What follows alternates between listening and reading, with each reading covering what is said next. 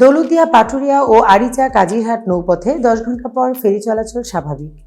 ঘন কুয়াশার কারণে রাজবাড়ী দৌলতদিয়া ও মানিকগঞ্জের পাটুরিয়া নৌপথ ও মানিকগঞ্জের আরিচা ও পাবনার কাজিরহাট নৌপথে প্রায় 10 ঘন্টা পর ফেরি চলাচল স্বাভাবিক হয়েছে। আজ রোববার বেলা 11:15টার দিকে দৌলতদিয়া পাটুরিয়া নৌপথে এবং সকাল 10:15টার দিকে আরিচা কাজিরহাট নৌপথে ফেরি চলাচল স্বাভাবিক হয়।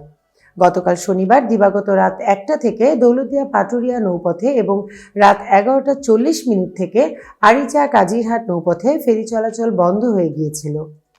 দৌলতদিয়া পাটুরিয়া নৌপথ এবং মানিকগঞ্জের আরিচা ও পাবনার কাজিরহাট নৌপথে ঘন কুয়াশার কারণে 2 দিন ধরে নৌযান চলাচল ব্যাহত হচ্ছিল। পরে এই দুই নৌপথে ফেরি চলাচল বন্ধ করে দেওয়া হয়।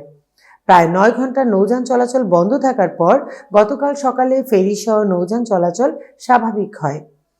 গতকাল রাত থেকে ঘন কুয়াশার কারণে আবার এই দুই নৌপথে ফেরি চলাচল বন্ধ করে দেওয়া হয়েছিল।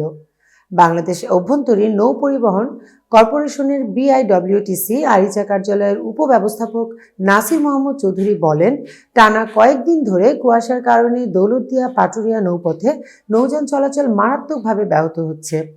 প্রায় 10 ঘন্টা পর আজ বেলা 11:15টার দিকে দৌলতদিয়া পাটুরিয়া নৌপথে ফেরি চলাচল স্বাভাবিক হয়। এতক্ষণ বার্তা বৈঠকের সাথে থাকার জন্য ধন্যবাদ। নতুন নতুন তথ্য ও সংবাদ পেতে বার্তা বৈঠকের ইউটিউব চ্যানেল ও ফেসবুক পেজের সাথেই থাকুন।